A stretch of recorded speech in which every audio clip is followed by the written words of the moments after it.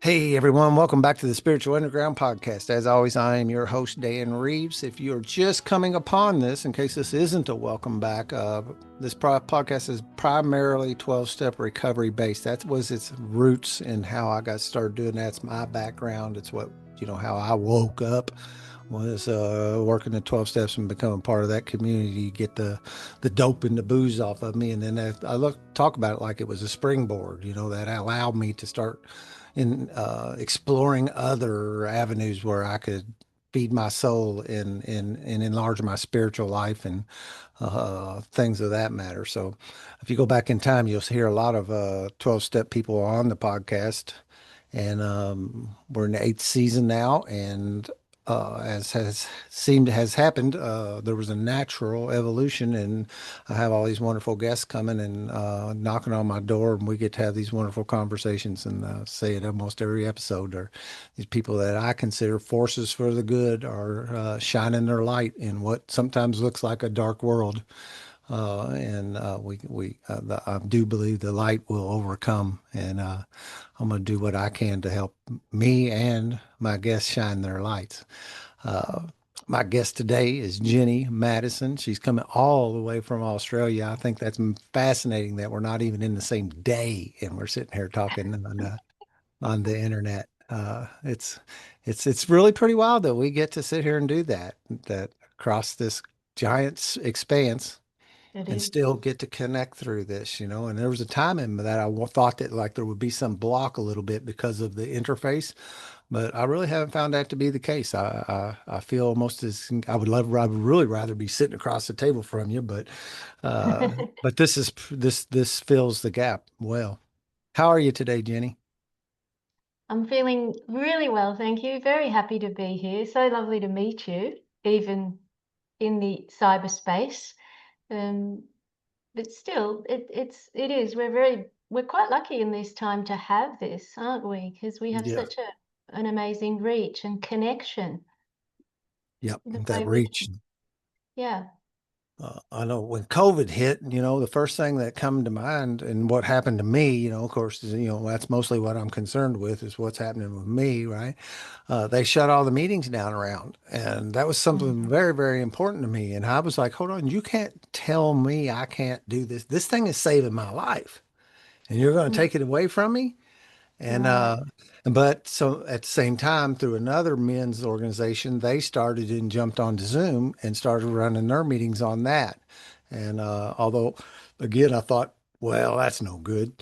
But I went out and bought a license and invited all the guys and said, all right, we're still going to have a meeting. It's just going to be here. You just have to click on your phone or your computer. And then that was really the catalyst that ended up rolling into my podcast at the same time. So Yeah. uh, things, It made I like looking at life in the rearview mirror like that. I don't see it happening to me when I'm standing here, but I can turn and look over my shoulder and go, hey, wasn't that cool? funny how we do that, isn't it? It's never Yeah. as bad as it seemed when we look back Yeah. and just see how things are unfolding. That's exactly And right. something that seems to be, even if it's deep, deep down underneath everything, there just seems to be a blessing that unfolds even in the most traumatic or most difficult times of life. When we really look carefully, we seem to find, oh, a growth, a learning, Yeah. oh, even a And- surrender. Yeah. And Mm. then as that evidence piles up, I can begin to move forward in my life better in a way that's more positive because even when I do run into an obstacle, now I know I've got too many times that's happened in the past that this is not, I can't judge that this is going to be bad. What do I know today? Yeah, yeah. Same, me too. I sort of see things and think, well, there's something good will come of it. I don't know. It's not just a positive attitude. It's more than that, isn't it? Yeah, it is. It's more like from an experiential that I'm still here today. I'm still here today, and that happened, and so many things have happened where I've been terrified or petrified or buried in darkness, and yet, look, we're here having this beautiful conversation across Yeah. the world, and this wouldn't have happened 20 years ago. No. Uh, Right. when Yeah. things were perhaps a bit more grungier. So give me a little bit of your background and how you how you arrived here today. Usually somebody that origin story kind of thing about, Mm. I'm certainly not the guy. Well, I always question that because I think of it more of actually I'm more the guy than I ever have been that I'm supposed to be. I Mm. had to get rid of the stuff that I wasn't. Is that really what I had to do? But usually people have some turning point, have some life issue, life circumstances that brings them to search for this kind of light. Mm. Yeah, very, very true. Yeah, look, there have been, it's almost like there's been so many moments of just moments of difficulty that transformed into a sort of an awakening and challenging moments. But I guess when I look back, I know in my younger years, I feel like I was a bit of a runner, running away, not really facing. And when I really honest, all I was ever running away from and all I was ever facing was inside.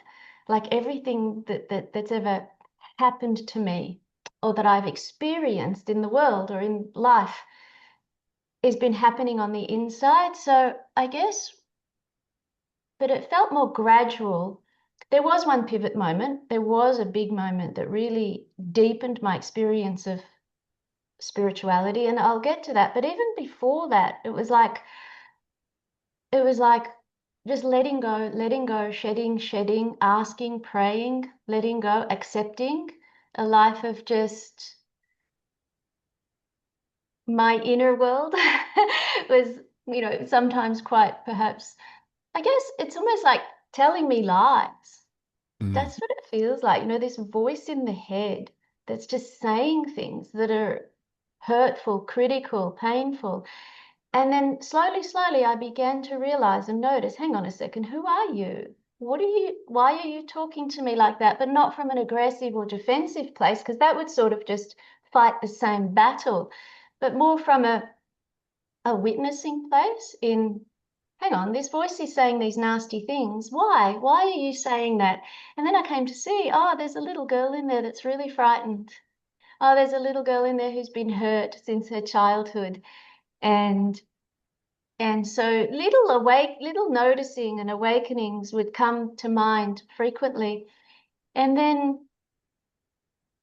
and yeah, I didn't go through alcoholism or anything like that, but I did go through my own journey of trying to numb that pain, trying to, in a way, maybe kill that voice in my early 20s where I was partying a lot and numbing with everything I could find that was going to take me on a high, take me on a high. And then, but the problem was I always came back. I always came back to that same near, painful, irritable voice. And when I started to look within, I guess the spiritual journey was when I started to realize, well, nothing out there is going to fix what's happening in here. And I started to listen a bit more deeply and notice more. And I started to practice meditation and started to practice yoga. And then came a much bigger event. My older brother became very sick. He was diagnosed with stage 4 cancer. Mm. And he was living in Melbourne, which is a 2-hour flight from where I live. And he was very, very sick and he went through chemotherapy. But after his first round, he called me and he said, look, I think they're going to kill me. I think this is going to kill me. Can I come and stay with you? And I said, sure. He wanted to come because he thought he wanted to find just some solace, some peace. And I tried to help him as much as I could, together with one of his daughters who was also living nearby. But the sickness was very advanced at that stage. He'd become very weak. And he passed away 6 months whilst 6 months into having been staying here. But Mm. before he passed away, actually, I forgot an important part. Before he passed away, one question he asked me was, how do I become a yogi? Because we were practicing meditation together every morning and trying to eat well, and we were eating well. But like I said, it didn't save him, but it did plant a little seed in his mind. And he said to me, how do I become a yogi? And I said to him, well, I'm not sure. I don't really know. I said, but I think you should read the book Autobiography of a Yogi. And he got the book. Well, actually, I got the book for him and he read the book. And then he really loved it. And he went online and he bought all these other books. But by the time these new books had arrived, he had passed away. And Mm. so these books arrived to my house. It was like big boxes. I had a small bookshelf full of these books that were on healing, plant medicine, and yoga, but deep yoga, the Bhagavad Gita, the Yoga Sutras. And I was like, look at all these books. And over a few months later, I started to read them. And that actually, I also then read the autobiography of a yogi, which I hadn't read, although I recommended it to him. And having read those and starting to study those scriptures actually led me on a profound journey down the path of meditation and yoga. And that completely changed my life. And I almost felt like him asking how to become a yogi was transferred onto me after he left. And I just felt like, okay, well, I'll do it for you. And that really led me into the practice of deep meditation, Kriya Yoga, and spirituality in a way that is truly surrendering, truly letting go of whatever it is inside that is not light, essentially, that is not expressing as light, as some essence of divinity of our true nature. All of that hiding, all of that burying starts to become revealed, and the heart essentially opens. And I've found that when the heart is opened, then that darkness in the mind, that voice, the past, the pains, even the addictions, the fears, the anxieties of the present, they just become either background or completely at peace because there's a deeper presence that emerges. Mm. Yeah. Yeah, I noticed that one thing was is like some of the things didn't necessarily leave, but what I would say is they became lighter. It didn't weigh on me at the point that they once did. And I think you had mentioned, but I kind of had a similar kind of thing where I got tricked into doing yoga one time. And I was maybe 2 years sober or something like that. And the gal that took me, she was pretty. I watched some other people like um, offer me something or do something for me that I underestimated the total value of what, at the time I had no idea what that was really going to be. And had she not like tricked me into going, I would have found a way to not go. I'd have found something I needed to do otherwise. If I could have ran, she didn't drive. If I could have left, I think I may have gotten my own car and left. But there I was trapped. And I walked out of there and it didn't take any time. I walked out that night and I still remember, there's been some points in my life. One of them was walking out of that spiritual underground men's meeting one night, knowing when I looked at the sky, I knew something was shifting. Now, at the time, I didn't recognize it near like I did when I look back on it, but I do remember I could have that vision of walking out of that church that night and looking up at a very clear sky full of stars and going, wow, something just happened. And that was and that same thing. I can remember walking out of that yoga studio going, I am going to be doing that again. Oh, And it did. It ended up, you know, I still do it today regularly. I'm a regular practitioner and went to yoga teacher training, and I kind of don't do a lot of things halfway. Usually, if I'm going to do something, I tend to go all in. I did it. I went all in with the dope and the booze. yeah, I Uh, was going to say that I, the nature. yeah. So yeah, and now it's a essential part of my life. It's a non-negotiable. Mm. Whether if I can get to the studio or not, we got snowed in not long ago, but because I was, and anybody can do this, you don't have to be a yoga teacher to do it, but it does that training. And I happened to graduate from yoga teacher training right before COVID hit. When COVID hit, it shut down all the yoga studios. Mm. And I like going to the studio. There's some energy in doing it in Mm. community like that and Yeah, working together and doing that. But I had the wherewithal to be able to do it at home and continue to practice, and yeah, there's some actual physical stuff that goes on with me. I've got a couple things, and if I stay on top of it, all that stuff stays at bay. It's not that's just right. this mental voice thing all the Yeah. time. It's that too, but some of it's physical. I broke a leg real bad when I was 19, Yeah. and my right leg is an inch shorter than my left leg. And all my young adult life, my body would just naturally compensate for it. But as I got a little Yeah. older, Yeah. but now doing keeping a good yoga, strong yoga practice under my belt, that's not a problem. Yeah. it stays at bay, at least for now, just for today. Yeah. It seems to be yoga does a lot. It is a lot of physical, but it does so much for the mind, doesn't it? And really, the energy centers, they do open. And when those energy centers are opening, I mean, we can feel it. I can feel it. Energy starts to rise, and then the mind becomes really clear. The mind becomes very clear, and then it's like, I don't know, like I said earlier, a guiding force for life, more self-care as opposed to self-abuse, I guess. Yeah. Yeah. Yeah. Yeah, it does get that harsh, doesn't it? It can be it, yeah, when it can and does get that dark. We know that. Yeah, it's a beautiful practice. I guess that's why it's been around for, yeah, it's ancient, and why Yeah. great self-realized beings, great self-realized masters are the ones that are bringing it to us in the West, especially, and in the East and West, but have made that huge effort, to introduce yoga to the West. Yeah. Things that don't work won't last that long. They won't. Mm, mm, And that is a very, we don't even know. I don't think no, we don't have any idea really. yeah. Sometimes I feel too like we don't even know how much benefit it's giving us. We do, but it's more. And I think yeah, it's even more than what we realize. That's what Yeah. I've found anyway. And Yeah, it's really a mind, body, spirit. It like covers that triangle, you know. It's not just, you know, yes, I feel physically better, but and that's the only thing I've ever found that's done that too, personally. yeah, You know, going to the gym doesn't do that, running or any other stuff. And I do stuff that I love to do. And although it does lift my spirit, there's a little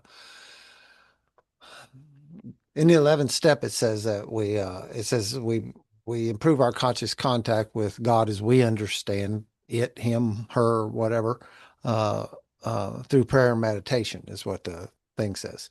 But so that improve that conscious contact part really lands with me. And I think that's also, you know, it does. It improves my conscious contact with you, with the people about me, with the people in the yoga studio, the people I work with, my family. It somehow or another has an effect there. And it's not supposed, you know, there's nobody ever promised that. Nobody even said that to me. Uh, no, but mm, it's just it, and not to mention it, you know, the opening of the, you know, and I really don't. I don't want to pretend like I know anything really, because I'm not sure about it. All I can speak from is my own experience. But like the exercise, and I do have some chakra type knowledge and thoughts in that, and then also like their endocrine system and what that does, you know, and the twisting and the ringing and the stretching and in the joints, what it does by exercise. You know, it's just like from toe to the top of my head feels like it just got some kind of spiritual bath. but that's the difference with yoga as in an exercise. It's a spiritual. That's a beautiful way to put it. It's a spiritual bath. Yeah, like a spiritual. I almost said it with your accent. Spiritual bath. Bath. Yeah, I live near Louisville, Kentucky. You know about the Kentucky Derby? You know the big horse race? No, most people do, but I'm right smack in the middle of the east side of the country, and even people around here say, "Where are you from?" I'm like, "I'm from here." Wow. I'm in a northern part of Australia and I live fairly far, right near a forest. So it's Oh very yeah, quiet, very isolated. I bet you plug in there too, don't you?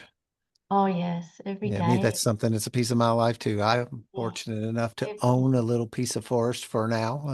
I like this little term. It's come to me that it's not mine. It's just my turn.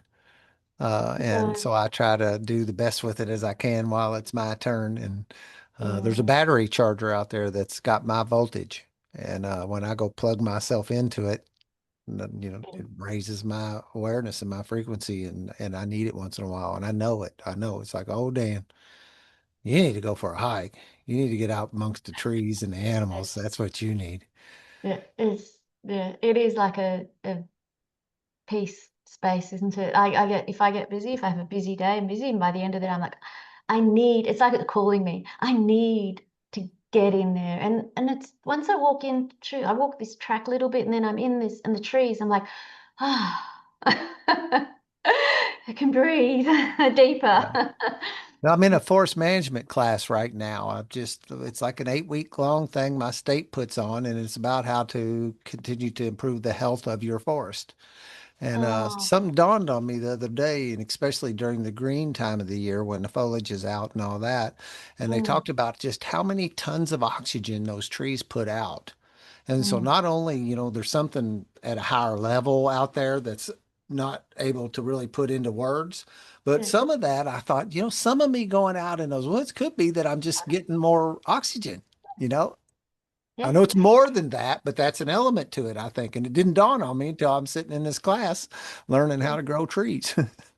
Do you know what else I think it is too? Is the purity of the oxygen that we're inhaling, the purity of the air. When we go into a forest, there's no fumes and cars and anything Yeah, like that. It's it's completely fresh oxygen. fresh. That's right. So it's really rejuvenating and cleansing, literally Yeah. cleansing. I mean, we speak about spirituality, but so much, it's so important that we keep the body and the mind so that the spirit can maintain that purity, isn't it? It's the mind that clouds it over. The mind and the body seem to, someone's moving around. So it's, Yeah. yes, I saw the the tail moving a little bit, like almost like stretching, almost like coming out of Savasana. Started doing some gentle movement and, and then choo. they do the best of us and our cats, don't they? They do the best. Yeah, yeah. Yeah, so yeah, no, yoga, the forest is really important part of my life. Maybe in rather than numbing myself now like I did, taking drugs or partying, um, it's about forest, it's about settling now, in a without anything outside. I even went through a phase on the spiritual journey of trying out psychedelics and mapacho and ayahuasca and trying all the plant medicines. Well, I say try, it was more than try. I hesitated at the beginning because I thought, oh no, this is going to introduce another addiction or another pattern for me to escape. But then I did it, and it did. Every other week, I was like wanting to do it again. And then one day I'm sitting in a ceremony and I'm like, I just sat in stillness and I was like, this isn't the way. So My father's walking up the steps. What's going on? I didn't know you was home. Yeah, I had a podcast. I'll be down a little bit. I don't worry about I don't ever try to make this a sterile thing. My yeah, 88-year-old father lives with me, and yes. I always tell people that I hit the jackpot in the dad department. And Oh, bless him. so I can hear him come wandering up. He actually used to live in this space up here. It's almost like a studio apartment upstairs in the house. And we knew the day would come when my mom passed away. He didn't want to live in that home anymore. Um, and he moved in with me and he had this whole space to himself, but we knew the day would come the steps was going to be too much. And just this Right. past summer, the steps we got there. So we swapped living space and I really like it. I also hit the jackpot up here. It's a little funny. It feels a little bit like I'm living in an apartment in my house, but it's Where's your good too son? because we have some space and we can be together, but we can also have some breathing space and have our own spaces too. And it just works good. You mentioned before your son lives there, so you've got three generations. Yeah, right. Yeah, Where's your son? Upstairs, downstairs? he's downstairs. They're downstairs. Yeah. And actually, and I grew up in this house, and my son is in my bedroom that I had when I was a child Wow. here. Yeah, Wow. kind of funny. Yeah, yep. Very I'm enjoying stable. it. Very stable. Yeah, I am. I like it. The situation is working well, Mm. but Mm. he does pop in on me once in a while, and he's usually really embarrassed, and he will apologize for it later, like he actually had done something wrong or something. And I'm like, no, Dad, no big deal. But that's also, but and he brought me up in the woods, and he looked. I know my trees, and I know my plants, and I know this kind of stuff, and I know it mostly because tagging along with him, growing up, learning what a maple tree was, and what kind of oak is what kind of oak, and this kind of thing, and I'm in that forest management class, and we had a field trip last weekend, and they're asking pop quiz out in the woods. What kind of tree is this? And I had to stop answering because I know all the answers, and I need to let the rest of the class they give some answers once in a while. But it's another one of those. I kind of like how I will still say at times like a higher power pat on the back. There was a little bit of a gentle tap of like, well done. You know the names of my trees. Oh. And the function as well, by the sound of it, the breathing. Yeah. Yeah, yeah. That's a beautiful mutual exchange. Yeah. They breathe in our carbon, they breathe in what we exhale. Yeah. Yeah. Yeah, we do. We exchange. They use what we expire and we use what they expired. And that's part of what this program is about is just the importance of it. North America was pretty much like like way up in the 80% forested in the year 1600. And we Right. cut it all down. Yeah. We Mm. cut it all down. We left almost nothing. Mm. And now we've got a small percentage. We've done pretty good, all in all, to bring back what we do have, but Mm. but we're a long ways from what was here at one point. Right. Mm. But so we also killed all the animals on this continent almost at one point, and we just came in and just extracted and extracted, and it seems we still do that in certain ways. So Yeah, like a depleter. I guess there's good, so much good in preserving nature. More and more. yeah, We do have yeah, to do what we can, yeah. Mm. yeah. So you had a new visitor come lay down behind you. Did you see? Did you notice Sasha? Beautiful. So yeah, she's a big girl. She's my forest partner. I'll bet. I Mm. haven't had a dog in a while. I've been thinking that's been this another thing, and I say this stuff. I feel these messages. I've had a guest on that talked about that she called her messengers angels, that her Mm. angels are talking to her. And I can lean into all that. Mm. But something is tapping me on the shoulder. I said the last time I had to put down a dog, I'm not going to do this again. It was too Mm. heartbreaking. I just like, I can't do this again. Mm. And I haven't had an animal in some time, but something's going, tapping me To on have the another one. shoulder. To have Yeah. another one. Yeah, Yeah. well, it's serving the life. Do you know, I've lost animals before and I have found, and it's what the same as losing my brother, but a similar thing. It hurts so much, but deep inside that hurt, I find there's a deeper presence expanding. The more it's hurting because there's so much love, Yeah. and then that love becomes more than just that need or want for their physical presence. It's definitely there for a while, the grief. Oh my goodness, I think he wants to play with her. You may get a little show here. That's great. I love that. We have a guy in our 12-step community that has a cat that when he gets on Zoom, it wants to be right here. It gets up on the table and it wants to be right here all the time. And he says it doesn't do this while I'm working or if I'm doing anything else. It's only when I'm in this meeting does the cat want to, it's like it wants to be in the meeting too. Yes, well, they have Probably their, feels all that positive energy. yeah, yeah, they've got something good to say as well. It's the energy that they communicate with their energy, maybe not with spoken words like we do, but with their energy, they do. They're such Yeah. a wonderful company. Yeah, that's kind of what I miss. And that's what I like. I see as I'm walking, tromping around the woods. It's like, I want a buddy. A Uh, buddy, yeah. And a yeah, buddy wants you too, probably. probably. Maybe that's the tap on the shoulder. So let's get back to you sold the whole thing and you engaged into the yoga and the meditation practice and want to pick up a little bit from there. Sure, sure. Well, it How long became ago was this? well 10 years ago now. Yeah. Mm. Okay. 9, 10 years ago. So I was already practicing, but when I started to study those scriptures, Mm. something really woke up in me, something they're very expansive, and it was very, and also learning a lot. I've learned a lot through the Yogananda tradition.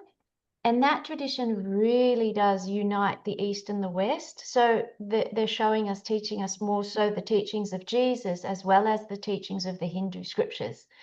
And there's this really beautiful expression that has just really shaped my life, actually, to just always look within.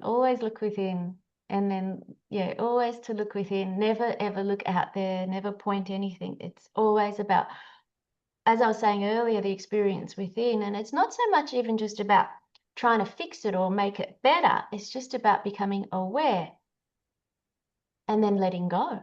Yeah, becoming aware and letting go. And it's like that in the physical asanas. You come into a posture and it may be a bit challenging. We hold, but we relax through it. And it's in that relaxation and continuing to breathe. And it's the same in the emotional, mental processes. That's what it's taught me. And that's what it's given me. The gift that yoga has given me is to not just hold a pose and relax, even if the body's feeling some tension, but to also stay aware and present if there's an uncomfortable or painful energy. And that's sort of almost like coming back to losing an animal or losing a loved one. It hurts so much in the heart, but if we can, in a way, we learn to love even experiencing the pains and traumas of life and then it passes through because it doesn't get stuck. Hmm. And it just, to me, has felt really liberating. Yeah, really liberating. So it became my work. It even became my work. I also did a yoga teacher training and started teaching yoga. And, and before that, I was very entrepreneurial. I had a couple of businesses, built a coconut business. I used to sell coconut oil. Ah, Used to promote in the health and wellness before I did my yoga teacher training. Yeah, I had a couple of businesses. I was never good at being employed. If I ever got employed, I'd last about, I think, I think once I lasted 6 months, but it was terrible. Once 1 month, and then yeah, I've given up on that. Ideas and I've heard a few people say that. I worked for a place for a long time, for 28 years, from a time yes. from 91 to 2019, and they laid me off. And it Mm, was and although there was still that shock to the system that I think you can't, that's totally natural, but I knew it was coming. And I didn't. This is another one of these premonition things. The day before, I had no idea. Nobody had any idea. There was never any leak out. I never was tipped off to it. But the day on a Thursday, I took on my computer and I pushed all my personal files up to the cloud, my cloud space, and I packed up my kids' pictures and all that, and I put it in my backpack because actually Saturday, this was a Thursday, Saturday was going to be my yoga teacher exam. So right. I had planned to take off on Friday to cram for the test, to buff up for it. And it's Saturday, Friday morning, I got a call from work telling me I didn't have a job anymore. And I Mm, had known that I had to wear with something notified me, another message, the angels, whatever, something told me that ahead of time. And then I went off working for myself. And there was a time where I said, I don't think I could ever work for somebody again. But they called me back and made me one of them deals I couldn't refuse. So I'm back again now. And it's only been actually March the 24th will be that I would have been back a year. And I am loving it. I'm just oh, part good. time. I'm just Yeah. part time. Nice They balance. give me the flexibility to come and go as I want. I can work from home. I'm getting to do this. I really like the teacher role, and I never knew that. Like when I come to 12-step recovery, that teaching role just came easy to me to help another guy work through the steps and guide him. And I looked back and I was like, I've been doing that in my life in different directions. And then like once I could lean into that, now a good chunk of my time is helping other Yeah. guys learn what we do, training them, and guiding them. And so it's become to be a good thing. Now I have the best of both worlds. I still do a little bit of my own stuff and then have that little security blanket because it is nice. You know how Uh, you said the angels, it's really amazing how you knew that was coming. It And is. it's amazing that you just, because for so many years and such a routine and regular experience, daily experience, um, but also it goes back, it reminds me of what we were saying earlier. You had a, that would have been really hard to get that news. Even if you knew it was coming, it would have been like, it still, I imagine, would have hit like a bit of a gut wrench, Oh actually. yeah. But then look at what evolved from it. Look at what came out of it. And that's Yep. what I mean. These bad situations come, but are they bad? Not really, because look what good came out of it. So this is that, yeah, that I Yeah, I had am. been on a, my always what I like to say is like when I come in 12-step recovery, the trajectory of my life changed. The old trajectory was really not in a good place at all, as you can imagine. And but coming into 12-step recovery, and it was really tough for a while, really, really, really tough for a while. But it was a few years down the road before this happened to me, so it really, even though the gut punch was there, and this is kind of like you were saying about the voice, the gut punch was kind of the negative voice thing going on, but I knew in my heart that something, the old one door closes, another one opens kinds of thing. And I knew that to my core, no, just the same as I knew to pack up my stuff the day before. Now, they'd have let me come back and get the pictures of my kids and my coffee cup and that kind of stuff, but they wouldn't have let me take those files. And I didn't steal any, it was all my personal, they tell you don't put personal stuff on the corporate computers, but if you do, put it here. And we all had these personal drives that people had stuff on, and anything that was mine, pumped up there, and it did. And it's funny because there was still like a rebound. It was not immediate to go. Yesterday I did that. Packed up it was it was a little while later. It was days later that I went. I packed up all my stuff the day You before. realize I was you, right. something I moves didn't through even you. know it. Yeah, yeah. Sometimes the body just moves and does things, and then and you're present to doing it, and then you realize later, I wasn't even thinking. It was just happening. That's the flow of life. That's yoga.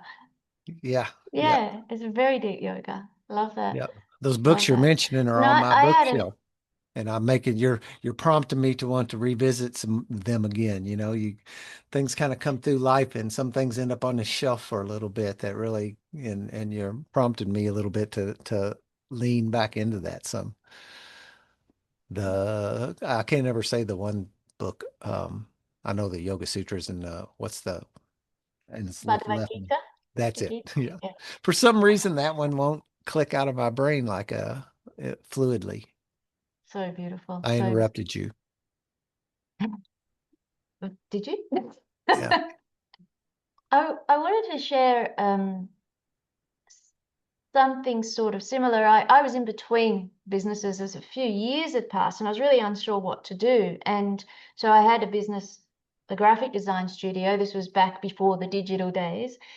And after that business, I was sort of a bit stuck for ideas. I was trying things and nothing was working. And I was sort of getting really down. And then I got this call out of the blue from a health retreat in Thailand saying, would you come and work for us in our marketing department? And I remember thinking, oh, work for you. And I knew the people and they're wonderful people. And I'd been there to visit on holidays, a beautiful spiritual health retreat. And I'm thinking, oh, this is a beautiful opportunity. But I had my dog, not this one, it was before Sasha.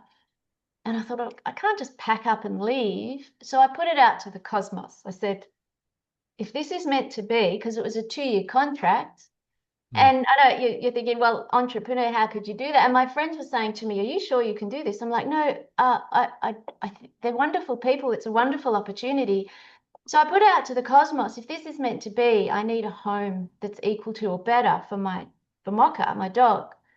Um, and within a day, I got a call from a friend that I knew that I'd met walking in the local area at the time, saying that he was looking for, he said, I just wanted to let you know I'm still living in the area, but I've moved. I'm in a different house. And then he said, just came out in casual conversation when he said, also, I've been contacting the RSPCA looking for a dog as a company for my dog because I'm working long hours and she's left alone all day. And I just went, huh? Well, I'm not kidding you, 24 hours after I put the message out, if I'm meant to go, then I need this. And so I said to him, I have this opportunity to go and work in Thailand, and but I don't want to leave Mocha uncared for. And he said, well, let's talk. And we did. And he said, I'll look after her. She's yours when you come back. I'm like, okay. 3 weeks later, I pack up my entire life. I didn't have much left at that stage. Sold off my sold my car. I was renting a house, so I just released. Everything just flowed. I landed in Thailand, started the job. 1 month later, they said, sorry, this isn't working out. And I'm Hmm. like, oh. I'm like, shoot, what am I going to do now? And I thought, now I'm not just at home wondering what to do. Well, I was in paradise, Koh Samui Island, Thailand, but still, I felt quite stranded and quite depressed, thinking, oh my goodness, this didn't work, didn't quite go to plan. And then, but what happened from that was how I discovered coconut oil. I thought, well, I'm not going to leave because I'm here now. My life's packed up. I've got nothing to go back to. So I stayed on the island, and a few months later discovered coconut oil.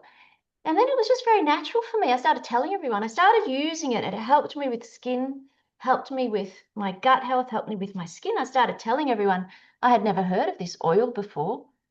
And I said, I started naturally just promoting it and saying to everyone, you need to use this oil, put it on your skin, use it for your cooking, take it therapeutically. And that turned into my next business. That turned into the product, the actual same product that I discovered in Thailand, came to Australia and distributed nationally, even internationally. We sold to Japan, to New Zealand. There was already a distributor in USA, who I came to know, and yeah, it was similar to you, that gut wrenching. Oh no, my life is ruined. Oh, for me anyway, it felt like that. It felt like I'm hopeless, and then next thing you know, again, it was like this. Just trust the universe, and that's by having those experiences. I've just learned nothing bad ever happens. Nothing bad ever happens. It's Yeah. just experience. Yeah. That's Anyway, wonderful. anyway, nothing good ever happens either. That's just experience because it all comes and goes, doesn't it? It all Yep. changes. Yep. Yep. And there's an old saying in 12-step recovery. It says, I'm like an ant on a raging river, on a log in a raging river, thinking I'm steering the log. Uh, and that's that, there's some other yoga, like we would always talk about true north alignment. And that really hit with me that like I keep my compass needle, I follow it, and my internal compass needle in my true north, and my needle won't necessarily point the same way yours does. It's not like a real compass. We all Yeah. have our own directional stuff. And to follow that, kind of like that's what I was kind of hearing in that story was you were just kind of like the earlier, like be a yes. That's another thing that, when Yeah. the universe offers these opportunities, to say, yeah, okay, I'll do that. I'll try this. I'll try that. And get into the, jump into that stream of life, whatever it is, and allow it to carry me because that's usually better than when Yes. I'm trying to come up with my own map and my own Yeah. direction.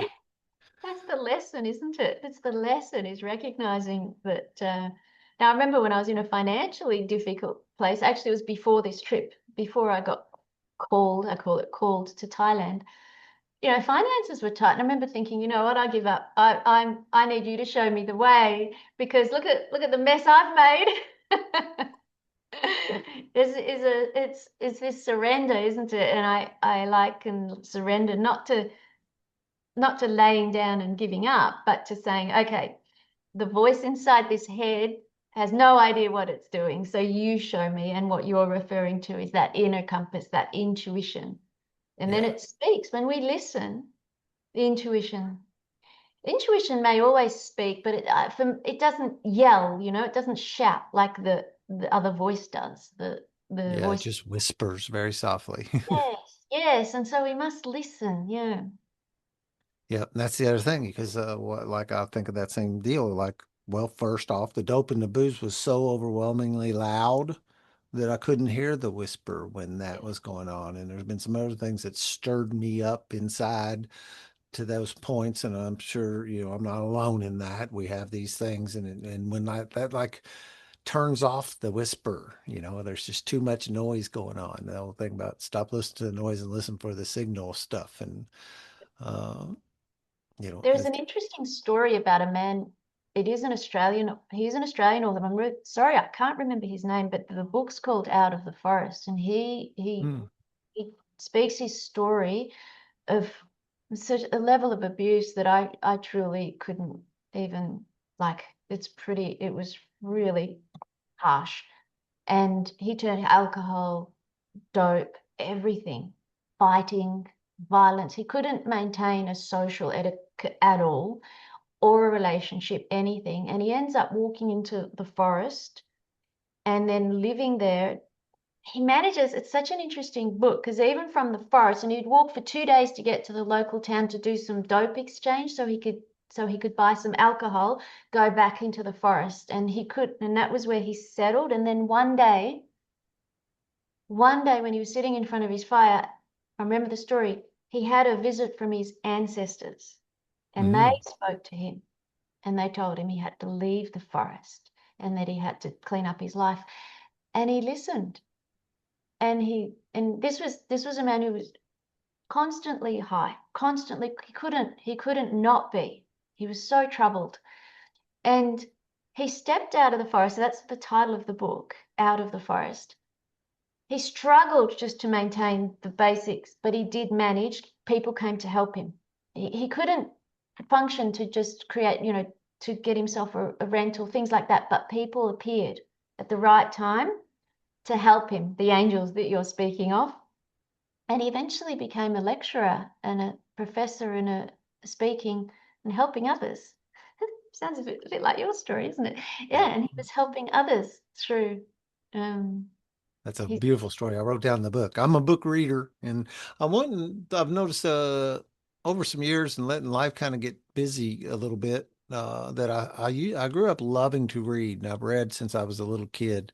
But I found myself listening to books a lot, and although I do enjoy that and it works for me pretty well in some way, I'm missing the page turning and the sitting and the quiet and that piece of it. I'm just in the past month or weeks, I've started going, you know, I Oh, I want the stillness that happens with it. And there's something I'm missing there. So that's another message, right? And I'm listening to it, and I will mm. follow up with that message. There will be a reason. Uh, Yeah, you're listening. Yeah, yeah. I love reading at nighttime. The book, and it's a concentration as well, isn't it? It's a focus for the mind and an absorption. Forget the rest of. There's no more. Forget the world or the day, then whatever the future and the past. Just poof, reading. Mm. Yeah, I have a mind that can do that and do other. I can listen, and you could give me, I could write a book report on the things I'm listening to. I don't miss it. And there are times when my channel will change and I'm focused on something, and I just rewind it, I mean, I notice that, oh, wow, I haven't been listening for a little bit. I'll back it up till I remember something again. Uh, so I'd still do a pretty good job of absorbing it that way. But I do. Yeah, I can remember my father's father, the attic in my grandmother and grandfather, my grandpa and grandma's house, uh, was like a library and just books and books and books. And I would spend a fair amount of time with my grandparents when I would go up in the attic. And I still remember, that I was like, I found these set of Westerns, fiction Westerns, and I just disappeared in them, man. What's cool about it, when my grandparents passed, when my grandfather passed in specifically, I got all that little rail of the same books. I still have them from they're the same that books that I read up in that attic. I have in a little nice little display of those books sitting down there.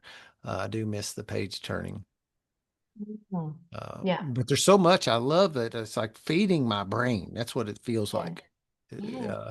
Exercising it too. I've heard all that stuff also staves off the other, things like dementia and Alzheimer's and things like that. They're not much better for Yeah, you than reading to right. continue to stimulate that Yeah, wonderful machine we got up in our head that also says terrible stuff to us.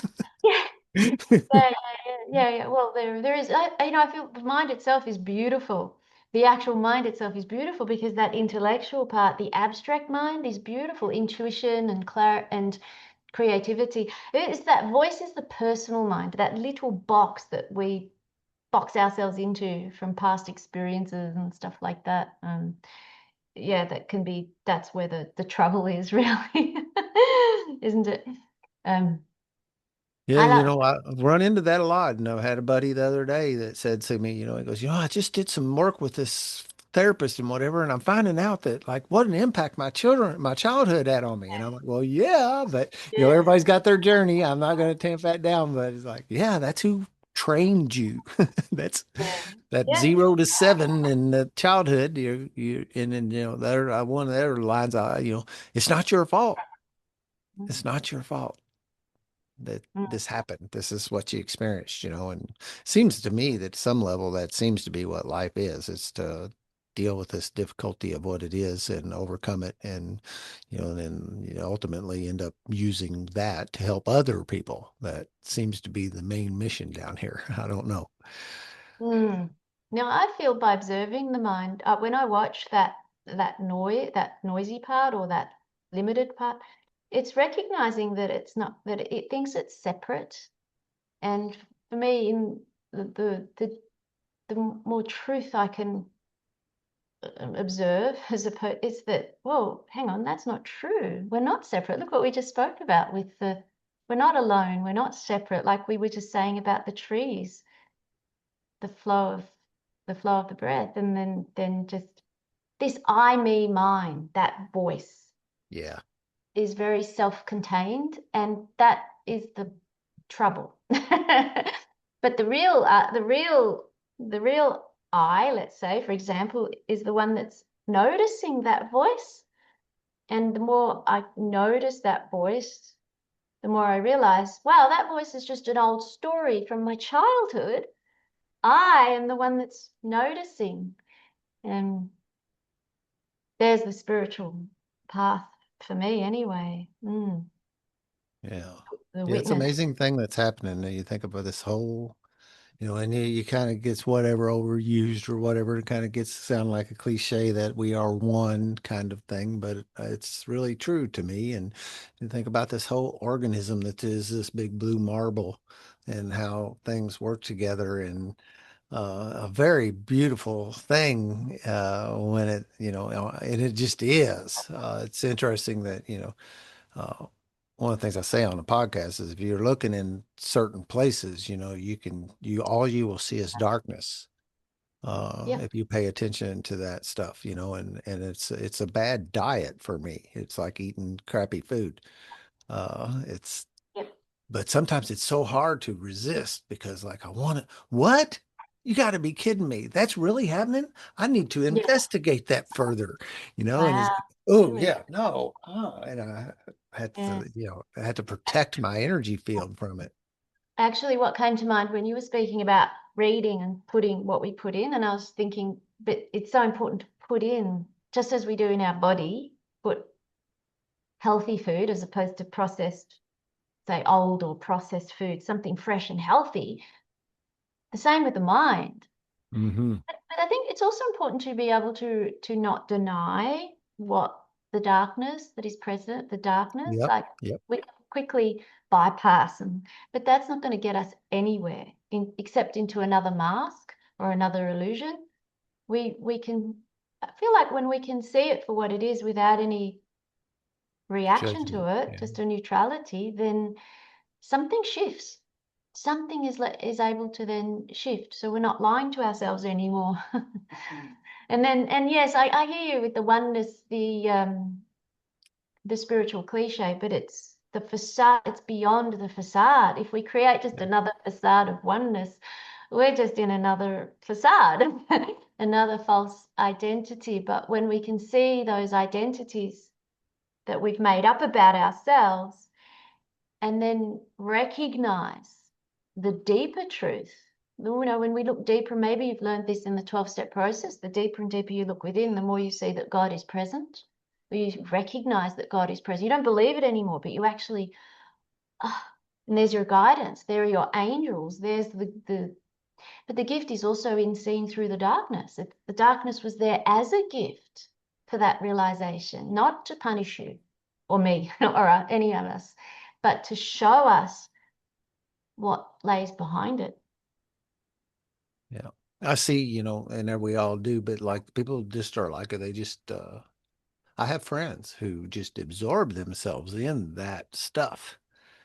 And, Mm, and you almost can't, I will find myself having a really tough time continuing relationship with some of them because of that's the topic all the time. And that's, mm, and the mm, texts and the news clips and it's just eating some of these people, basically almost eating them alive, and it's interesting too because most of them, like, it's, you can see that's affecting their actual physical health and their mental health, and it's doing good. just a lot of damage to them.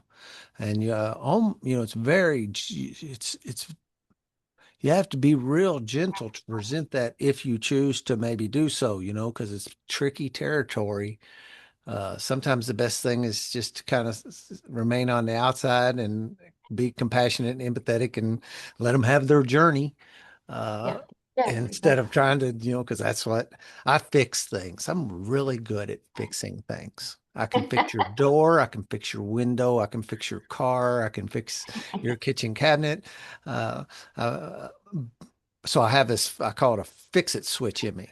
That when you flip my fix it switch, I go into that mode and I recognize it today. And I joke around like if a group of people are standing around and somebody mentions their clothes washer has quit working, I want to know the brand and the model, because I'm already figuring out what we're going to do about it. And I do the same thing with people, so I had to reel that back in. My mind wants to help Mm. them really, not fix them.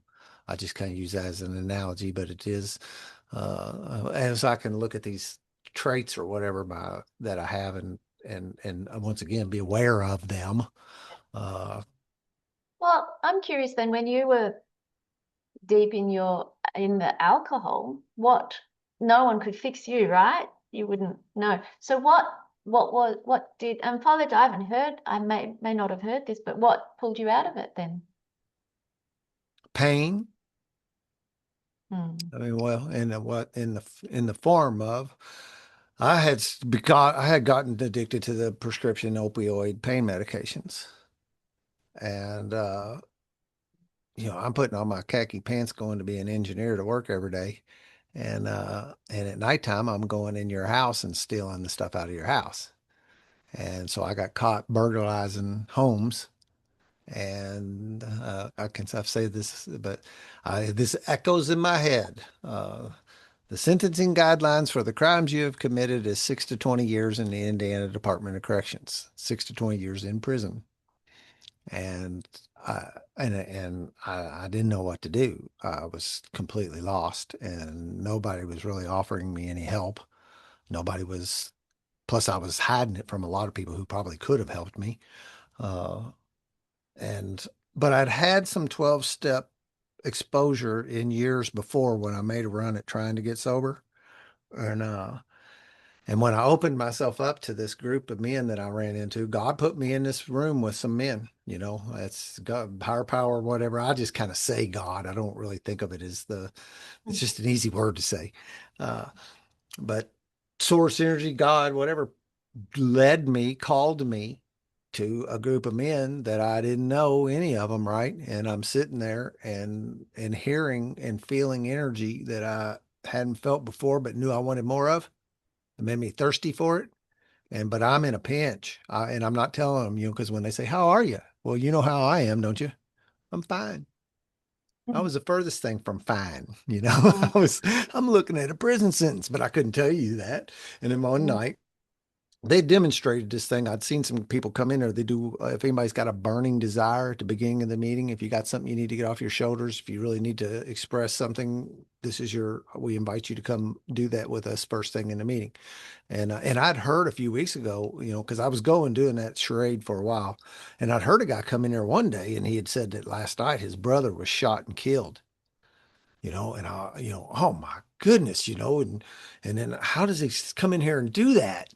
And just one day I'm in there and I was fine, fine, fine, fine. I'm doing okay. No problems here. And they made that offering one night. And again, it was called and I shared what was really going on with me. And when I opened myself up to them, that allowed them to come in to me. Because they couldn't, as long as I was doing that charade, they couldn't help me. There was no, I was walled off. But I mean, I cried that night and I was scared. And then a bunch of men come around and surrounded me up, just almost, some of them physically came to me, but they energetically. And a guy said, hey, I really, really would like to work with you. And if you'll let me, I think we can maybe get, I can't promise you, but my experience is that when people start on this path, things go better than they could ever imagine. Of course, at that point in time, I'm going, Mm, mm. no, you don't understand. Yeah. I am going to prison. Do you not hear me? But I did. I got in his hip pocket and I just started doing everything he told me to do. And I started, call me every day. We started to get together. We started working the steps before long, where they were absolutely not willing to compromise at all. I was down on the bottom end of that scale, but I ended up where they had offered me home incarceration instead of prison time. Mm, And I thought that was awful too at some level, but it was really great because it took everything out of my focus that didn't need to be there. They were drug testing me, alcohol testing me, doing all this, kept me boxed in for a little bit. And I needed that. I needed them kind of guardrails, real hard, solid guardrails.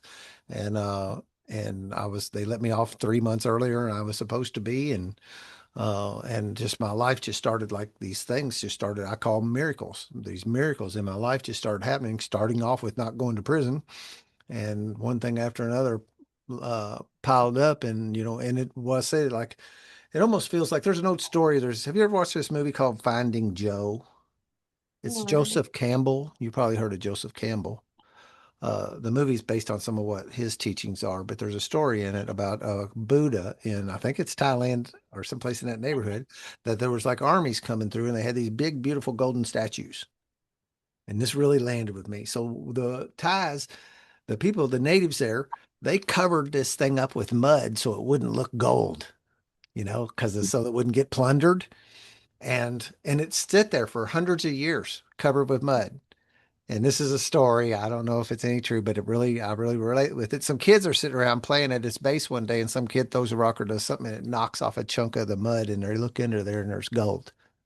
So that's what they start picking all the mud off. And then Wow. the analogy is that, and I really relate with that, that like once I picked off a little bit and I saw some of my gold, all Mm, I want to do is spend the rest of my life picking the rest of it off. I just want to get all that mud off of me and see how golden yeah. I can become. And not really for me either.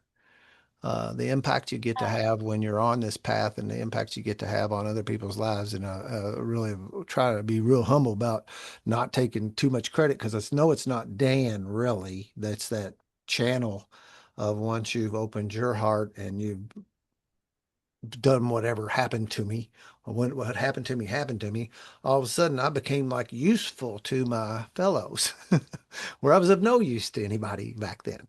Mm, I couldn't hardly keep it together. I looked like I was doing things, but I was just so covered up with that because I could go through the motions, I could show up at work. I held that job for 28 years. Uh, that I was, I got sober 4 years before they laid me off. So I had 4 years of sobriety and they kicked me loose. It's a little bit funny. You don't work there 24 years drunk addict. And then I got sober and they laid me off. A little funny, but so I could make it look like I was doing the things I was supposed to do. And nobody really understood the depths of the problem that I had. I was somehow or another able to negotiate that until all of a sudden I wasn't. And that I walked in a guy's house and I'd been there before and in the dark, I turned around and there was a guy with a baseball bat and pepper spray. And he laid into me with both of them. I got away, but he mm, knew who I was. And that's what started off, warrant for my arrest, hire a lawyer, turn myself in, do the whole dance. But I went about 6 months from that break in to meeting the spiritual underground. And that 6 months was frankly hell. Really was. It was hell on earth of the despair and the shame and the guilt and just what a terrible human being I thought I was Yeah. as a result of all that. I mean, there was times I was thinking about checking out forever, taking that last undoable step. But this this thing come in my life. Another one of my analogies is it was like being in a cardboard box that's painted black on the inside. And but the little corner had a pinhole in it. And that was that 12-step community going, come here. And I went to that pinhole of light somehow, and my life changed. It's really a miracle. It really, really is. I sit back and I think about it and I tell that story quite often. And now I've seen many, many, many men over 10 years now, 11 years now, that have had similar stories. And it's fun. It's fun to tell a guy like that thinks he is shot. Like Yeah. he can't, he's Yeah. done, and Yeah. I can tell my story and say, no, here's Yeah. what happened to me. And this guy here, let me introduce you to him. And he can tell the same thing. And hold on, talk to his guy and, and present this man with some evidence that he's got a chance, that these Yeah. guys made it out of what they made it out of. And most of the time, these guys' stories is worse than his.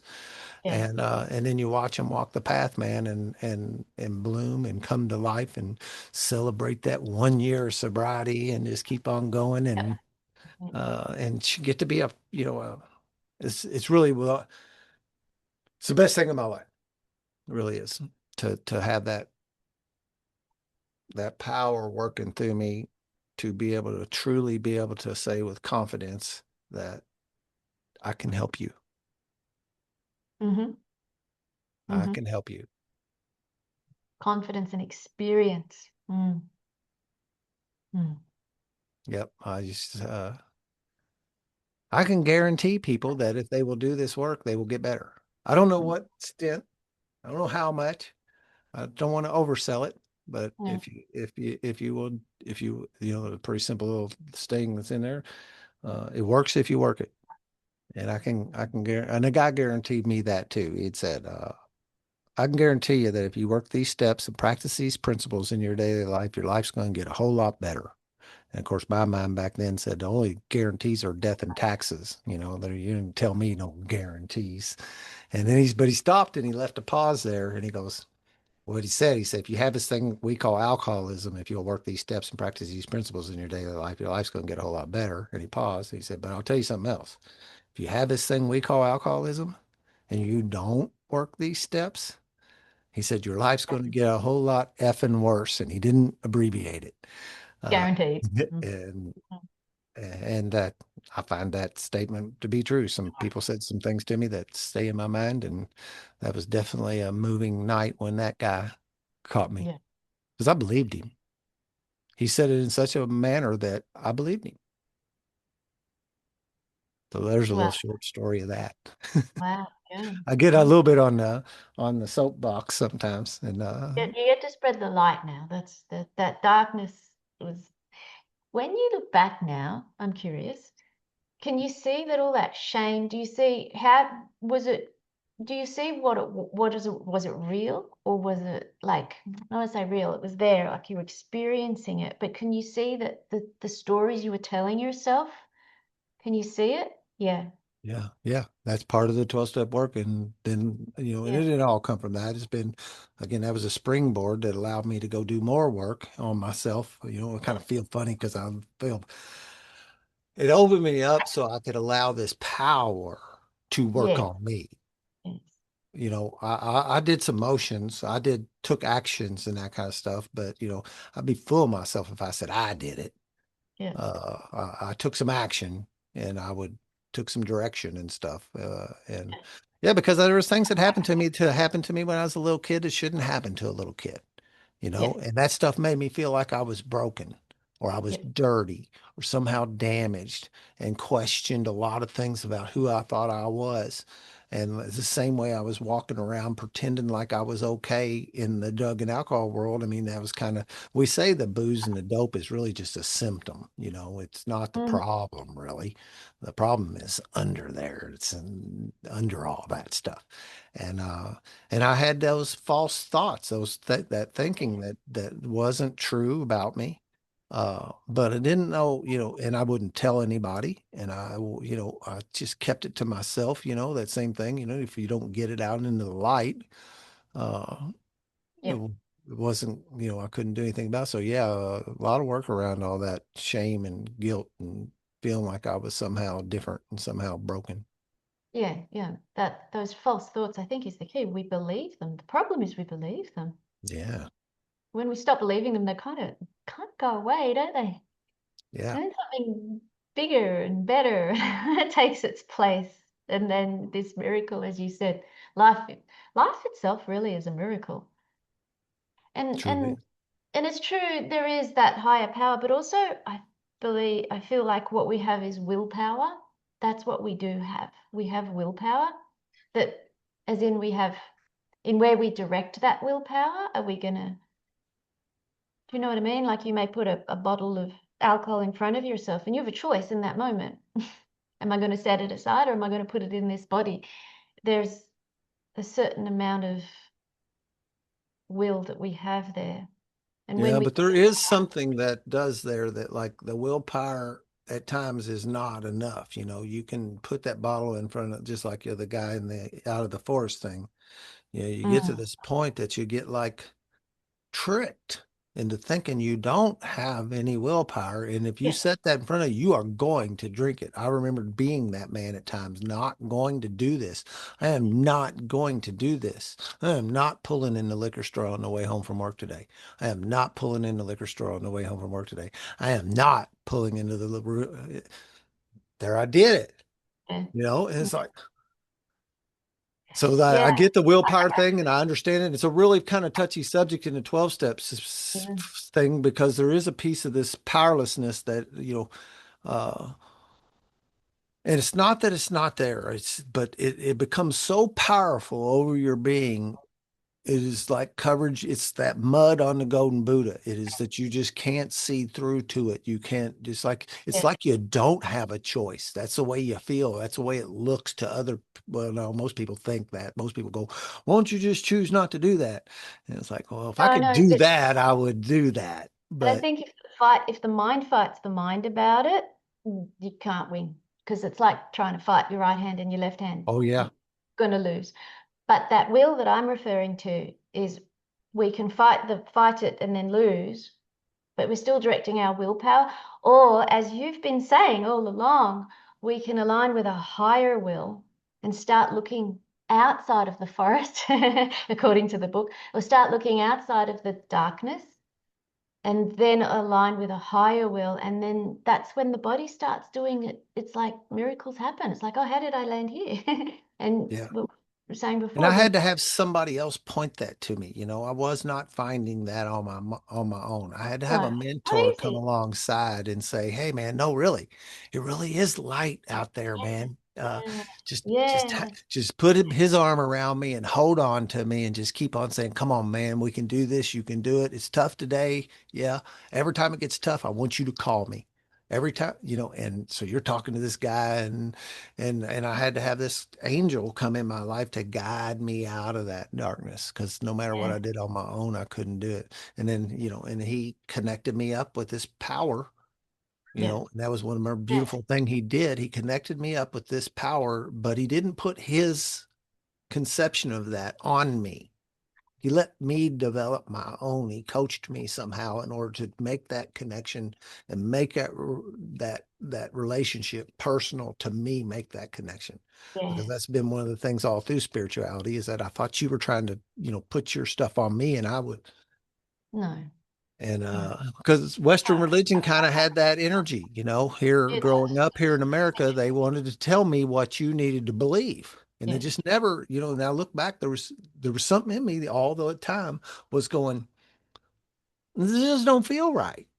There's something about what you're selling me that is not landing here. yeah, I can't feel it until I made that personal yeah, thing that came along with all this surrender and these other things and some pain in order to reinforce it yeah, and yeah, kind of yeah, forced my hand in a way. yeah. And that guide came to you, so someone who could say it so clearly because they lived it themselves.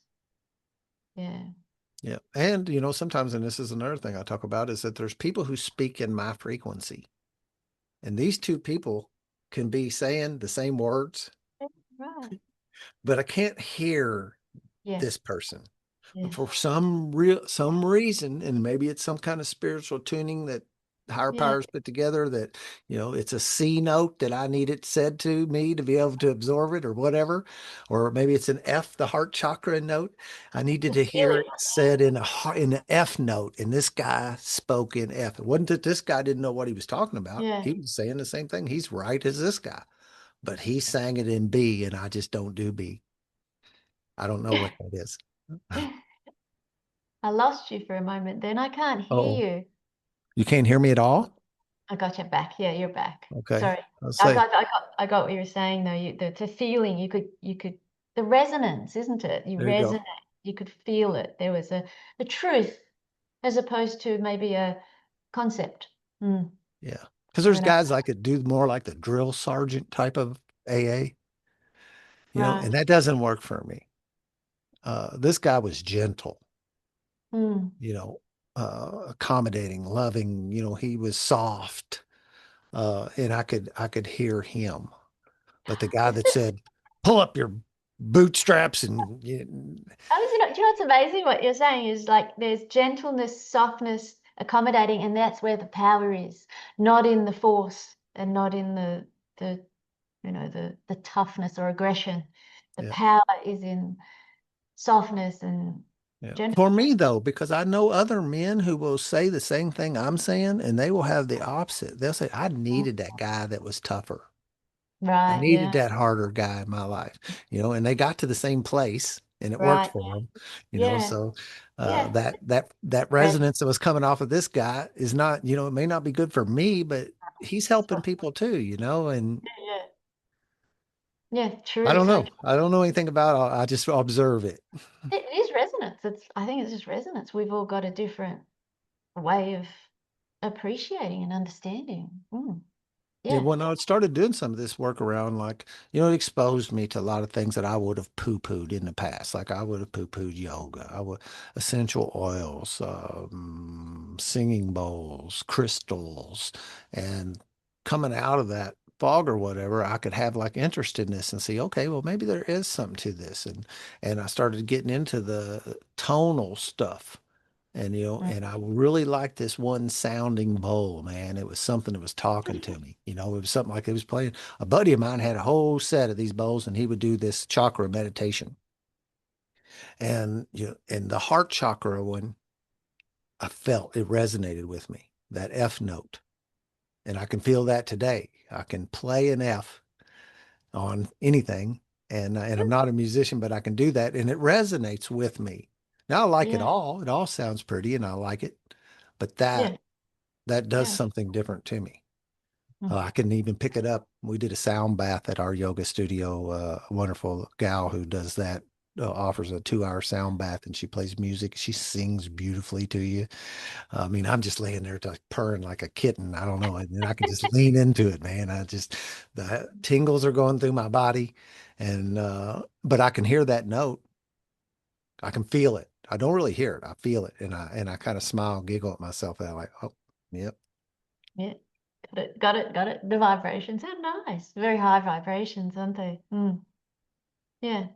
Had a lot of guests on that do voice and singing and music lately, and it's got me to thinking about like the about that specifically about how that most everybody is touched by music at some level. You might Yeah. have a different taste in it than I do, Totally.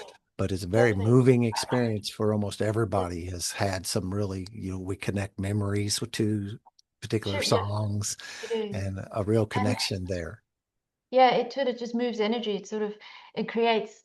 I wrote a little article recently, and I wrote about how when I was younger, I'd listen to Bob Marley because I felt like it would the soul, like sort of the soul would sort of get moving a little, get a little high. But nowadays, I listen to kirtan, I don't and know it that. kirtan, like in the devotional music, even Okay. in the yoga communities, and they have sometimes kirtans or just more of a devotional, even Hare Krishna and Shiva Mhm. mantras and things like that, the mantras, and they also stir the soul. it's the same thing. I'm just saying one's Bob Marley, one's Shiva mantra, but they're both stirring the soul. And what happens is when the soul is stirred, awakening begins to arise. It's just it starts, things start to open. Those shadows start to fall away when the soul's light starts to emerge. And music can do that. It can also do the opposite. Push us down, heavy, dark. We can hear that too. But when we, yeah, so music is amazing. Yeah, definitely. Because it's even coming closer to the vibration. We're feeling vibrations, words, words. And it's like, if someone's angry at you with abusive words, you're receiving a very different vibration to when someone's giving you kindness and love. Yeah. Vibration. Yeah. It's they'll have like waves in this podcast, and I'm not sure why, but I went through a little thing of a lot of people who were like well, one was like what am I trying to get to?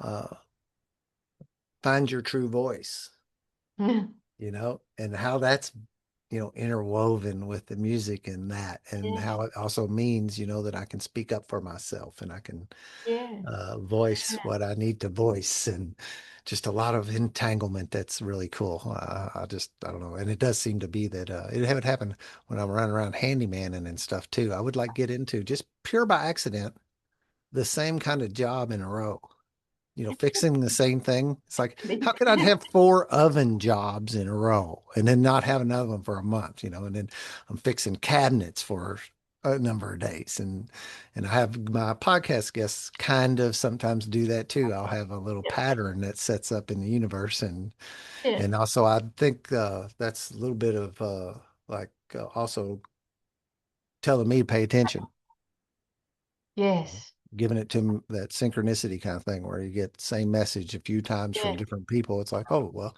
that's probably something I should probably pay a little bit more attention to. There's a message coming to me, and it's coming. So Maybe I didn't get it the first time, and that's why I got sent again, and then it didn't sent again. And then, oh, okay. Now Dan will listen. so true, isn't it? So the universe is always talking to us, and yeah, I think it has something to do with also the amount of pain that we feel if we don't listen.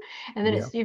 this is a bit cliche, it is, but when it starts to knock hard, um, yeah, yeah, There's a yeah, guy in that Finding Joe movie. That's free on YouTube, and it really is a really cool little movie, about an hour or something, that goes through some spiritual teachings and different various things. And the guy comes on there and he says, the universe is going to talk to you. And probably the first times, it's going to do it like with a tickle of a feather. And then you don't listen, it's not long, later on, you're going to get the sledgehammer, so it's a lot better to listen to the tickle of the feather. yeah, But how hard is yeah, that sometimes? yeah. Oh, yeah. That's why I always come back to looking inside, and then it's hard to look at the shadows, as you know. It's hard and it's painful. But I don't know that there's any other way. I really don't. I personally have not seen or found another way. Yep. It, It's where the juice is at. yeah, You it's the gotta, freedom. And I guess the more I've just over time I've learned is the sooner I take that full responsibility and look inside, also the more I realize, oh wow, I'm okay. I'm actually feeling lighter. I'm feeling better. It's something is those awful voices have gone away or something, or they're just not as heavy. And yeah, it is. It's that looking at it with presence. Mm. yeah. Yep. And it's Meditate. filled my toolbox up, this Mm. journey has, with things that I can Mm. use to interrupt that pattern that's, Yeah, where my yeah, thinking's not where I want it to be. And I can do yeah, things and to yeah, to change that trajectory once again when it's, something is for whatever yeah, reason trying to pull me in some direction that yeah, I know today that I don't need to go to. I think that's another thing I say, the intuition thing. Every single time somebody offered me some dope or some booze or something, especially when I was young, I started young. Uh, there was a niggling inside of me going, Dan, you probably ought not do that. but my need to be accepted by the group and the peers and stuff and overrode that. And I was doing things that clearly my inner self, my higher self, something maybe inside or outside was warning me, this is not going to be good for you. And today that tune has come back in and I can listen to that today. And Yes, it's always been there. Sometimes I want to think that like that moment in time changed me, but yes. I think that less and less. I don't think it, Do you know that what? Then that's the discernment I was referring to as it regarding will, that discernment. You know you shouldn't do that and you don't. And the old patterns come. You described it as an old pattern that keeps emerging. But yeah, that discernment is very powerful. yeah. I wrote And this, it's, go ahead. I was just going to say that I was just a little note I did the other day on Substack about intuition. It gives us wisdom, but also gives us discernment. So essentially, I think what you're saying is it's not actually our own will, it's a higher will that's speaking to us, but are we going to listen to it? No, Yeah. what were you going to say? That had me thinking. I squirreled. I would probably, uh, who knows what I was going to say. That's another thing. Sometimes I listen to these podcasts and I don't remember what I said, and I listen to it again, and I'm like, I don't remember saying that. All right, yeah, yeah, yeah. I Or think, what's fun in 12-step recovery is that somebody will come back to you and they'll say, "Man, when you said this to me, it really," yeah, and you're like, "I don't remember. I yeah, don't remember saying it." yeah, back to Uh, intuition or the yeah. angel speaking, whatever you want to call it. I call it intuition. Yeah. Yeah. My sponsor early on, when all these really cool things were happening, these troubles were just sloughing off of me magically. I mean, it really was some pretty, and I have he said, you need to start writing that stuff down, Dan. He said, because there's going to be a day you'll forget this stuff. And, uh, and so I did. And I started writing down, like, for instance, I got DUIs around here. I got arrested for marijuana and I live in this little town and they would put your name in the newspaper every time you did something. So my mom and dad, who are upstanding citizens of the community, were having to go eat, drink coffee or go play bridge. And they'd say, well, saw Dan in the paper again.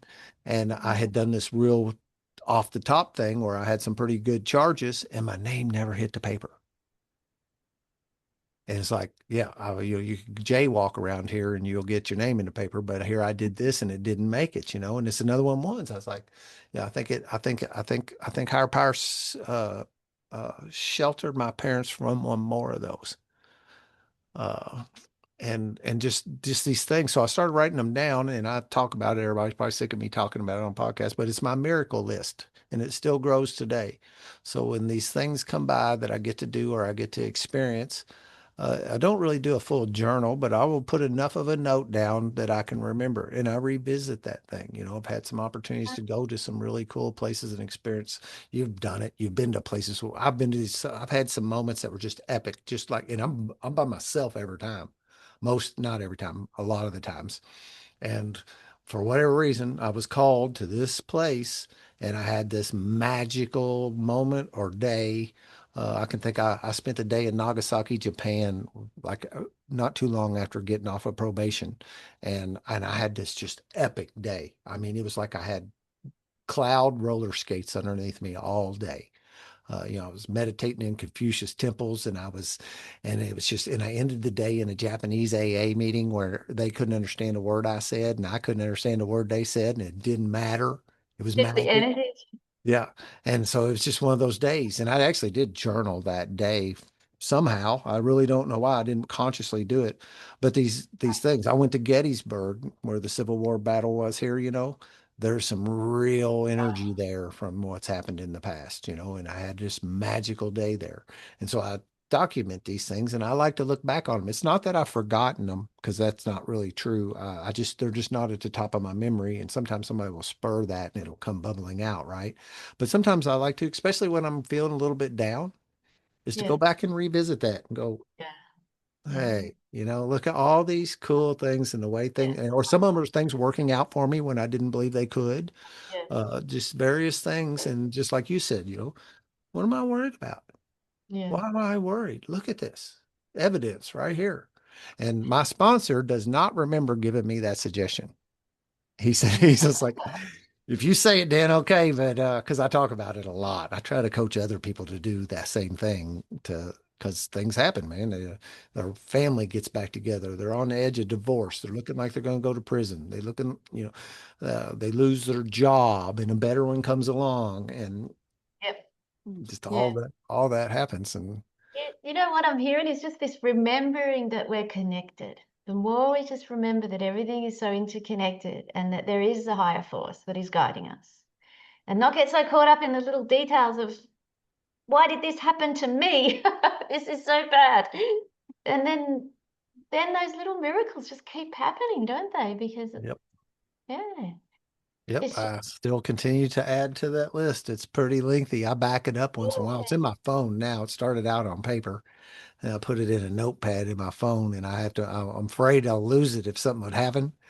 yeah, So I back it up and I don't right, back yeah. up that much, but I make sure that I have that backed up. It's your private therapy, a reminder of the guidance that's always there. It's like The a gift. long-term gratitude list. Yes, yes, yeah. Mm. Very Yes. cool. So, we've been here hour and a half or a little bit more. I've really Oh, enjoyed talking to you. Yeah, I know it goes quick. It's so cool. It's the same thing. It's that connecting. And I always say I love just knocking this stuff around and really not yeah, having a place to go. We just talk and yeah, share and yeah. shine our lights. And my main goal is that hopefully other people who need some light bump onto these kinds of things and it will fill them for the moment or the day or whatever. And is there Honestly, anything going on in particular that you do want to talk about, though? Because most people do have something they are here for. well, I just wanted to say one thing before it leaves me, just Yeah, based on I got time. I'm not just in a hurry. on this whole conversation, is that the sooner we can I'm just really saying what I'm hearing from you there. The sooner we can remember our connection to the higher, to something bigger than ourselves, higher, deeper within, whatever you want to call it, there's no more suffering. Yeah. There's just no more suffering. Mm. Yeah.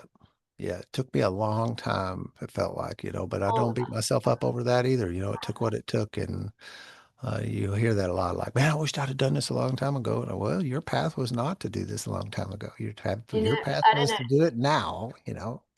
Yeah, look, if you look at it from the if you look at it from you may have taken us thousands of lifetimes. So really, if it took us Yep. 50, 20 or 30 or 40 years, whatever it was, it's nothing, nothing, nothing. So I feel like, and this is where real gratitude comes, true gratitude comes from recognizing that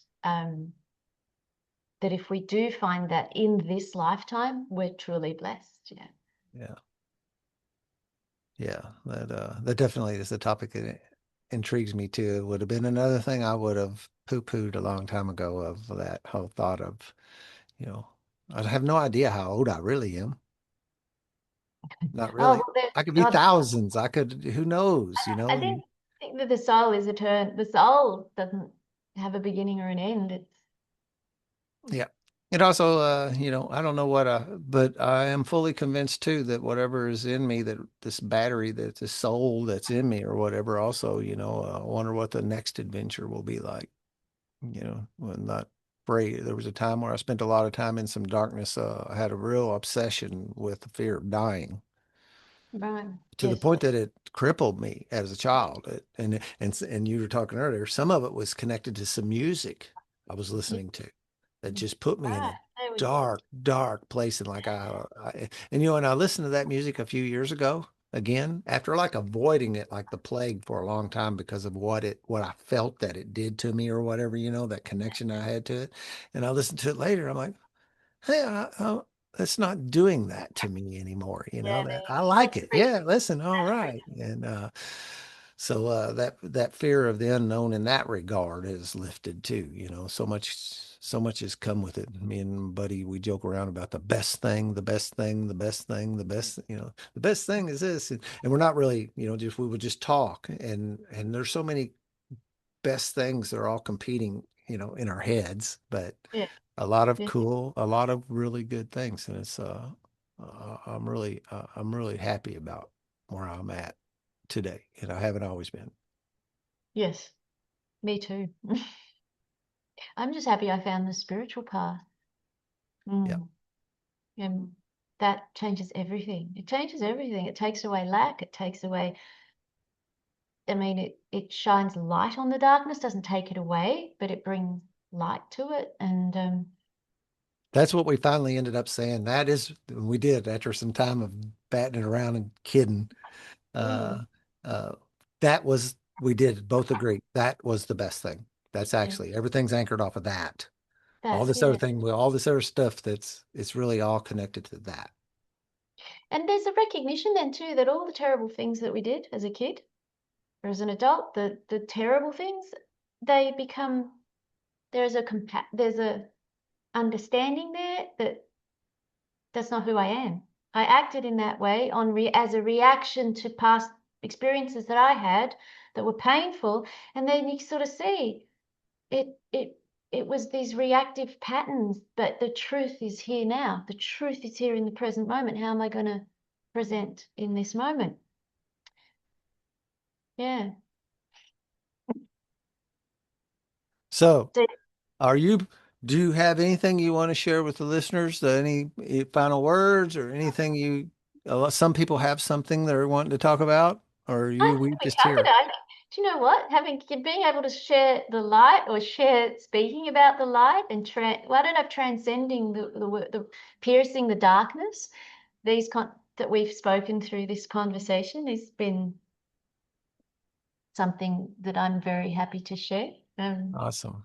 Yeah, just I if I were to if I just to do that, look within, look inside. It's all inside. The treasure. Oh, let's not call it a cliche, but it's true, isn't it? The kingdom of heaven is within. Yeah. That's and that's the gold. The gold isn't out there. There's some beautiful stories I've heard, the thief going out trying to find the diamond, looking for it out there, looking for it out there, and then eventually realizing, hang on, it's in here. It's all in here. Yeah. There's a, and I don't know if it's recovery rooted, but it's the same thing. It's that like the gods had the secret and they were wanting to hide it from mankind, so they couldn't find it. And they talked about putting it in the deepest ocean, and they said, no, they're relentless. They'll dive down there and find it. But we'll put it on the highest mountain. No, they will climb that mountain, they'll find it. And the one of them said, I know where we'll put it. We'll put it inside of them because they will never look there. Exactly. That's it's but we do now, don't we? We do look We do. inside. Yeah. We're Yeah. we're wising, we're getting wiser. Yeah. Well, that's a very old teaching. All the ancient spiritual teachers and that kind of stuff all said that this is an inside job. You can look outside. The Buddha, all that. Always, they've been teaching this. We're just like slow learners or Yeah. something. I don't. Even psychology, even Carl Yep. Jung said, look Yep. within and awaken, look outside, dream. He who looks outside dreams. Yep. Yeah. And unfortunately, it's not always a dream, it's often a nightmare, really. When it can be. And the addictions and things like that, these are nightmares, these are crises, really difficult. Yeah. Um, so yeah, no, it's been lovely to chat with you. I don't take too long turning these around. I don't waste much time. I don't have a publishing schedule. The publishing schedule is in the next few days, as soon as I can get it processed. And I try not to put them out on back-to-back days, but that's about my only thing. So Mm. I'll be sending you some links here in a few days, and it has been. You raised my vibration today, and that tends to happen. That's part of this podcast is doing that for me in some weird way. This is another one of something I started doing for some unknown reason, and now it's allowing me to like have these experiences and meet these wonderful people who are out shining their lights wherever they can shine them, and I get a little front row seat to that for an hour or two on a regular basis. So I get a little dose of it. Something I've been doing, I started a month ago, is writing on Substack. And it's been a really beautiful experience. It's giving me an opportunity to express to express myself without any performance, without those facades, but also learning to express unfiltered, just as we've been saying, just letting the words. And then afterwards, it's like, oh, yeah, where did that come from? Oh, So Substack in your name, yeah, Jenny Substack Madison, Jenny in my with an I. I will make sure and Jenny, put that in the Jenny notes. with an I. Yes, I can send you a link. I've created a publication called, it's named The Divine Way, which is the same name as my current work business or website, thedivineway.org, and Substack. But if you find Jenni Madison on Substack, you can easily access the publication. And I Okay. write about these things, and I do write also about, you know, I called in one article, which isn't published yet. It's on schedule, and it was about clearing the dam, Mm, clearing the grunge in the dam, which was the mind, and to allow the sunlight to then just reflect clearly. And I speak a lot about the mind because it's everything, isn't it? A mind and awareness. You would have learned this in the 12 steps, no doubt. The mind, and then where are we going to put our awareness? Are we going to focus it in the grunge in the dam, or are we going to become more aware of the light? And it's all happening in here. yeah. Yeah. That's we probably will never we know so much, even scientifically. We know a lot, especially compared to some days in the past. Amazing. But I Mm. don't think we will ever, I don't think we were ever meant to really know, that how No, that thing up there works. Uh, no, and is not it no. really there, and whether if it's really, and there's a lot of talk, like gut health. You talked about that and about how that, there's just this organism and how it works all in concert with one another. We always think that whatever we're thinking is happening up here, and I know there's a certain amount of it that does, but we really don't really know. Yeah, well, where it's coming from and why, like, why are you thinking in that way and why am I thinking in that way? Or why can you look at the same red flower and have a completely different experience to what I have? Because, one day some lady that left you gave you a red flower and all of a sudden you Mhm. hate red flowers. You know what I mean? Yeah, And yeah, but I don't because it's just a red flower to me. Yeah, the mind just creates all these stories around its and these impressions. And yeah, eventually with this inner work, we learn to become free from all of that. So we see more like through the Zen lens without a story, just see things as they are, with a clarity. yeah, yep. So cool. I always think that that's just this whole awakening, whatever, a lot of words put Mm, around it. Has been a mm, miracle in itself. And mm. there's also an old AA guy that wrote a book called New Pair of Glasses. And I like that analogy Oh, too, that, yes, that's a and I would like to beautiful. say, and mine also came with hearing aids. Uh, because I can hear what I couldn't hear before. I actually can smell things that I don't remember smelling, like my senses, Yeah.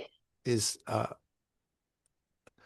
the messages out are coming to me in ways that I never paid attention to or something in the past. It's a heightened sense of experience in my world, Yeah. Yeah. through all of my senses and ones that I don't even know, the Mm. feeling, that resonance that You know I what? know it. It's a connection again. It's a connection again. It's like animals are so grounded in their senses. They're fully experiencing the moment with through all their sensors, these faculties, because they haven't got the mind interpreting everything so Yeah. manically like us humans do, the static of the past and the future and the projections and the bondage, the heaviness of the past and the projections of the future. They're just experiencing fully what they're eating, experiencing fully their feet or paws or whatever it is on the ground. Just that presence in the body. And because the mind's not so busy. And I learned, I spent some time in Africa and in an interspecies communication wild wilderness safari. And a human walks out into the forest and the animals can sense the static going on. It's like a whole different frequency because it's just like this, like being on a massive freeway as opposed to a true like a forest path, the stillness of a forest path. And And so what you're describing when you're speaking is this sense of being fully embodied in the senses, in the present moment, actually. Yeah, the present moment, isn't it? Yeah. Yep. Yep. Yeah, there's a little meme with a guy thinking about work tomorrow and then what's his wife doing and da la la and the dog is sitting next to him and the dog is and I can't remember what the little blurb but the dog is just there. And the Yeah, guy's thinking, thinking, thinking, yeah. thinking. You know, you talked about that energy field. They actually sell clothes. I grew up hunting. I don't kill much, you know, or anything really anymore, and I haven't for a long time, but I still enjoy doing that. I still go do it. I still look like I'm hunting. I just don't take anything anymore. And they sell clothes now that claim to shield that energy so that the animals can't, and I don't know if it really works. They promote that, but there's Oh, a, you know, and they sell it like that. But I'll tell you something that I've noticed when I've done that. Like since I haven't, I bring a different energy into the woods today when yeah, I'm not in predator mode. yeah. And There's, I I've was noticed going that. to say, I saw that yeah, that's they changed, right? notice. They notice. Interaction. There's a yogic story, actually. I haven't heard it. It was a long time ago I heard this, but a yogic meditator out in the forest meditating, and the deer would come right beside him, sit beside him. All the animals were happy, comfortable, and he'd be meditating, meditating. And one day a hunter noticed this and thought, how is this? Because the moment the hunter went out, that everything would flee, run, even though he was hiding. And so the hunter managed to spoke to the yogi, and as a story, he spun a bit of a story, and he said, I need your help. I need to catch these animals, and gave him some nonsense reasons. And the moment the yogi changed his thinking, the animals didn't come Yeah, because they feel the vibrations. they still knew. They knew. They knew. They knew when he was at peace with their presence or genuinely peaceful. And then when his mind was disturbed with agenda, trying to get something, to take something, worse, to kill something, they felt the difference. And so they didn't go near him. Mm. Amazing. Yeah. Yep. There's something, there's definitely something to it.